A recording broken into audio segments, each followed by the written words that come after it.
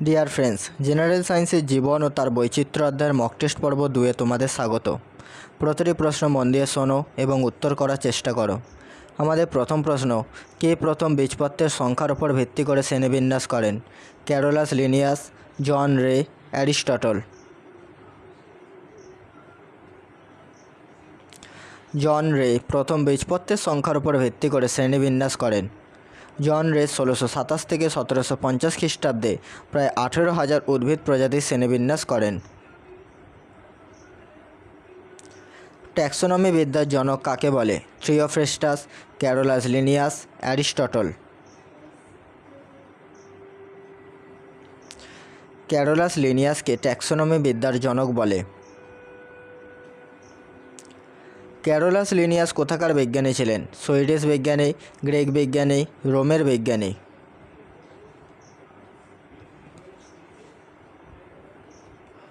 Carolus Linnaeus Swedish বিজ্ঞানী ছিলেন।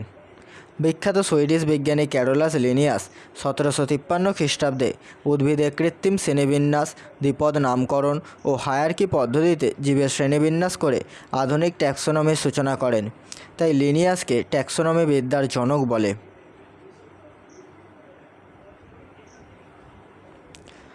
আধুনিক ট্যাক্সোনমির প্রধান বিষয়বস্তু কী? শনাক্তকরণ, শ্রেণীবিন্যাস ও প্রামাণ্য দলিল সংরক্ষণ। শনাক্তকরণ, নামকরণ, শ্রেণীবিন্যাস ও প্রামাণ্য দলিল সংরক্ষণ। শনাক্তকরণ, নামকরণ ও শ্রেণীবিন্যাস।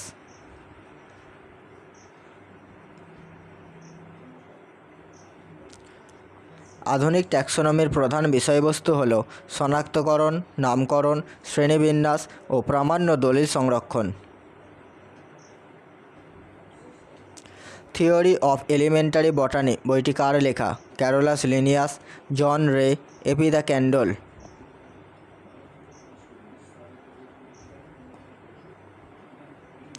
থিওরি অফ এলিমেন্টারি বটানি বইটি এপি দ্য ক্যান্ডলের লেখা। কে প্রথম ট্যাক্সোনমি কথাটি প্রথম ব্যবহার করেন? Carolus Linnaeus, AP de Candolle, থিওফ্রেস্টাস।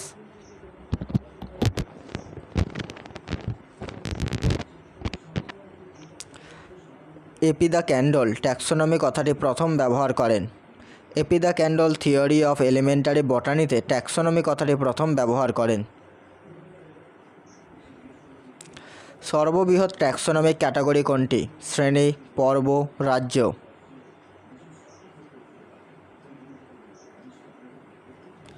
সর্ববৃহৎ ট্যাক্সোনমিক ক্যাটাগরি হল রাজ্য। সর্বনিম্ন ট্যাক্সোনমিক ক্যাটাগরি কোনটি? গোত্র, গণ, প্রজাতি।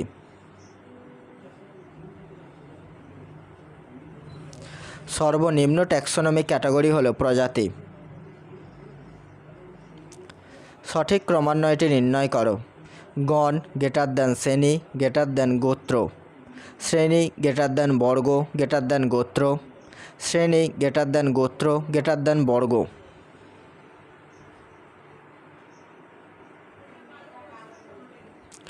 সঠিক ক্রমান্বয়টি হল শ্রেণী গ্রেটার দ্যান বর্গ গ্রেটার দ্যান গোত্র। দ্বিপদ নামকরণ পদ্ধতির প্রচলন প্রথম কোন বিজ্ঞানী শুরু করেন? Aristotle, Carolus Linnaeus, থিওফ্রেস্টাস।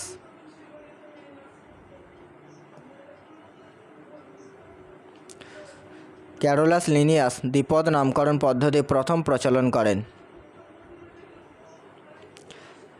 ম্যাগনিফেরা ইন্ডিকা কার বৈজ্ঞানিক নাম? আম, খেজুর, আনারস।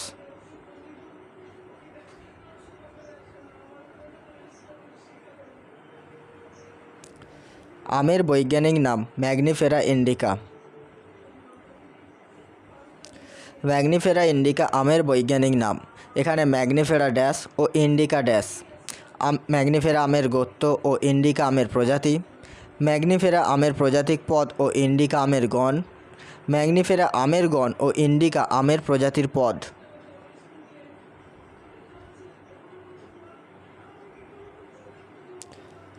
ম্যাগনিফেরা ইন্ডিকা আমের বৈজ্ঞানিক নাম।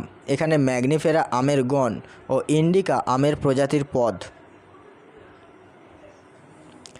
দ্বিপদ নামকরণের আন্তর্জাতিক নিয়মাবলীতে প্রথমে ড্যাশ ও পরে ড্যাশ, প্রথমে গোত্র ও পরে প্রজাতি, প্রথমে প্রজাতি পরে গণ, প্রথমে গণ পরে প্রজাতি।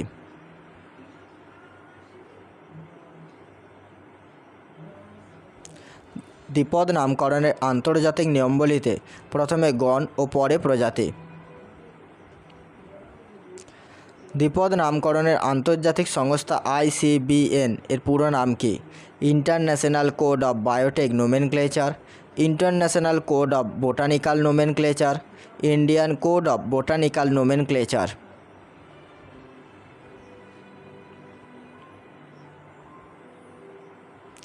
দ্বিপদ নামকরণের আন্তর্জাতিক সংস্থা ICBN এর পুরো নাম international code of botanical nomenclature. দ্বিপদ নামকরণের আন্তর্জাতিক সংস্থা ICZN এর পুরো নাম কি? International code of genetic nomenclature, international code of zoological nomenclature, Indian code of genetic nomenclature.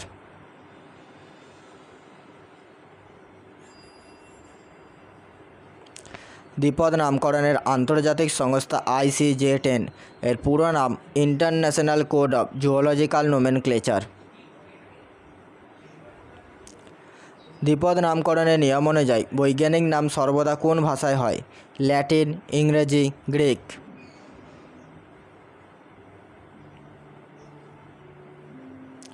দ্বিপদ নামকরণের নিয়ম অনুযায়ী বৈজ্ঞানিক নাম সর্বদা ল্যাটিন ভাষায় হয়।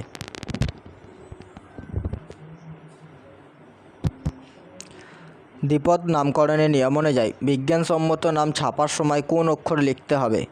Greek, italic, Roman.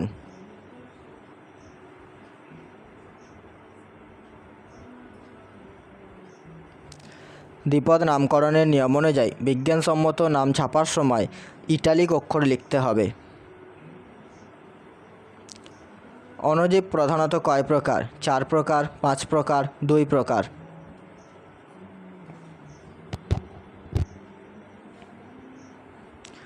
অণুজীব প্রধানত 4 প্রকার, যথা মোনেরা, প্রোটিস্টা, ফাঙ্গি এবং প্ল্যান্টি।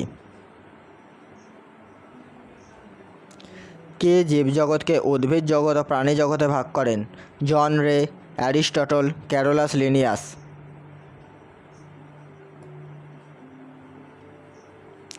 ক্যারোলাস লিনিয়াস জীবজগৎকে উদ্ভিদ জগৎ ও প্রাণী জগতে ভাগ করেন। কোন বিজ্ঞানী আণুবীক্ষণিক জীবেদের জন্য প্রথম প্রোটিস্টা রাজ্যের সৃষ্টি করেন? বিজ্ঞানী R.H. হুইটেকার, গাসপার্ড বাউহিন, বিজ্ঞানী হেকেল।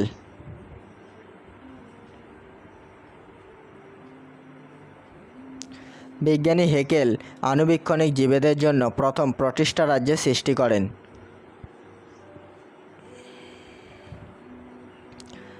এককোষী প্রোক্যারিওটিকদের কোন রাজ্যের অন্তর্ভুক্ত করা হয়? Protista, plenty, মোনেরা।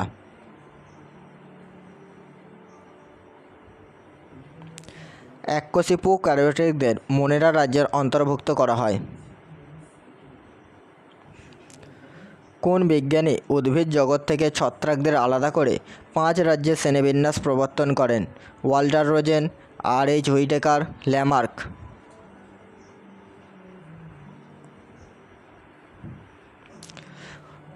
R.H. হুইটেকার উদ্ভিদ জগৎ থেকে ছত্রাকদের আলাদা করে 5 রাজ্যের শ্রেণীবিন্যাস প্রবর্তন করেন। এই 5টি রাজ্যের নাম হল মোনেরা, প্রোটিস্টা, ফাঙ্গি, প্ল্যান্টি ও অ্যানিমালিয়া। এবং হুইটেকারের 5 রাজ্য শ্রেণীবিন্যাসে ভাইরাস ও লাইকেনের কোনো স্থান নেই। মোনেরা রাজ্যের জীবেদের কোষপ্রাচীর কী দ্বারা নির্মিত? পেপটাইড ও গ্লাইক্যান, কাইটিন, সেলুলোজ।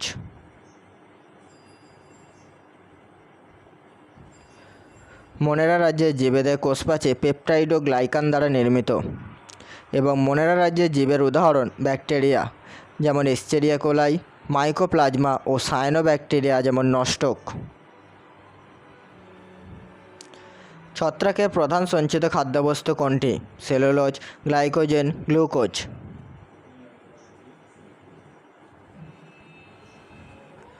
ছত্রাকের প্রধান সঞ্চিত খাদ্যবস্তু গ্লাইকোজেন। ছত্রাকের কোষপ্রাচীর ড্যাশ নির্মিত?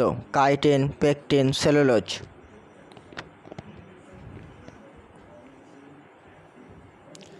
ছত্রাকের কোষপ্রাচীর কাইটিন নির্মিত। ইস্ট, পেনিসিলিয়াম, অ্যাগারিকাস ইত্যাদি ছত্রাকের উদাহরণ।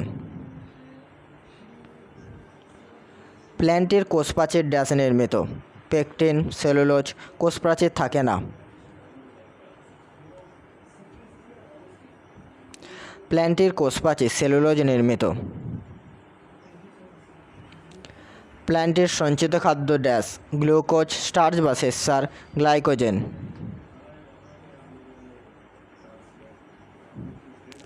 প্ল্যান্টের সঞ্চিত খাদ্য স্টার্চ বা শ্বেতসার। সবুজ শ্যাওলা, ব্রায়োফাইটা ও টেরিডোফাইটা ব্যক্তবীজী ও গুপ্তবীজী, এগুলি প্ল্যান্টের উদাহরণ। অ্যানিমালিয়ার কোষপ্রাচীর কী নির্মিত? কোষপ্রাচীর থাকে না। Mucilage, cellulose.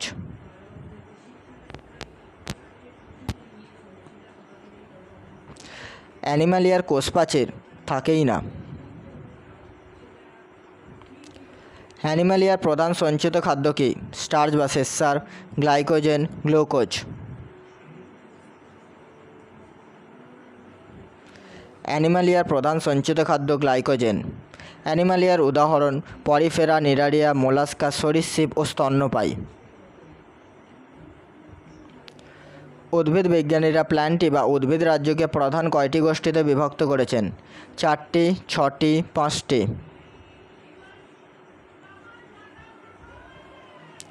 উদ্ভিদ বিজ্ঞানীরা প্ল্যান্টি বা উদ্ভিদ রাজ্যকে 5টি গোষ্ঠীতে বিভক্ত করেছেন। 5টি প্রধান গোষ্ঠী হল অ্যালগি বা শৈবাল, বায়োফাইটা, টেরিডোফাইটা, জিমনোস্পার্ম বা ব্যক্তবীজী এবং অ্যাঞ্জিওস্পার্ম বা গুপ্তবীজী। এবং অ্যাঞ্জিওস্পার্ম এই গোষ্ঠীটি জাতিজনিগত শ্রেণীবিন্যাস অনুসারে বিভাগ ম্যাগনোলিওফাইটার অন্তর্গত।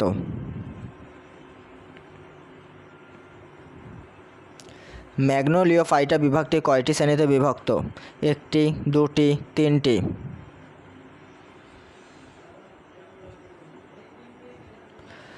ম্যাগনোলিওফাইটা 2টি শ্রেণীতে বিভক্ত। ম্যাগনোলিওফাইটার 2টি শ্রেণী হল যথা ম্যাগনোলিওপসিডা এবং লিলিওপসিডা। ক্ল্যামাইডোমোনাস পাইরোগাইরা কোন শ্রেণীর অন্তর্গত? ফার্ন, মস, শৈবাল।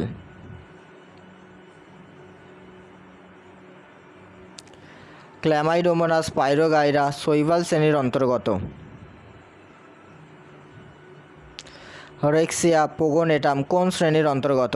মস বা ব্রায়োফাইটা, ছত্রাক, ফার্ন।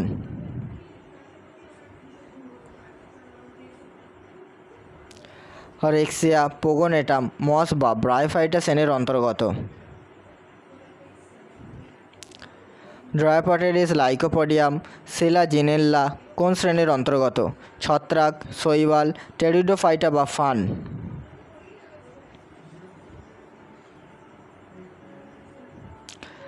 ড্রায়োপটেরিস লাইকোপোডিয়াম সিলাজিনেল্লা এগুলি টেরিডোফাইটা বা ফার্ন শ্রেণীর অন্তর্গত। পাইনাস সাইকাস কোন শ্রেণীর অন্তর্গত? ব্যক্তবীজী বা জিমনোস্পার্ম, গুপ্তবীজী, ছত্রাক।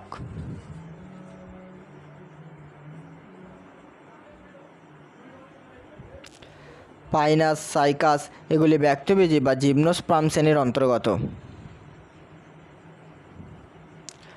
আম, লিচু, ধান, গম কোন শ্রেণীর অন্তর্গত? শৈবাল, অ্যাঞ্জিওস্পার্ম বা গুপ্তবীজী, ব্যক্তবীজী।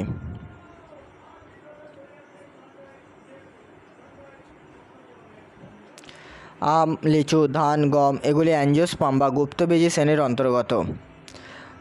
আম ও লিচু দ্বিবীজপত্রীর উদাহরণ এবং ধান ও গম একবীজপত্রীর উদাহরণ।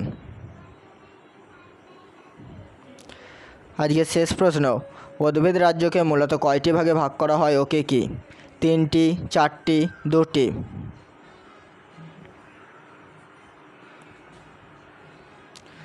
উদ্ভিদ রাজ্যকে মূলত 2টি ভাগে ভাগ করা হয়, যথা সপুষ্পক উদ্ভিদ এবং অপুষ্পক উদ্ভিদ। ভিডিওটি ভালো লাগলে লাইক করো এবং বন্ধুদের সাথে শেয়ার করো। ধন্যবাদ।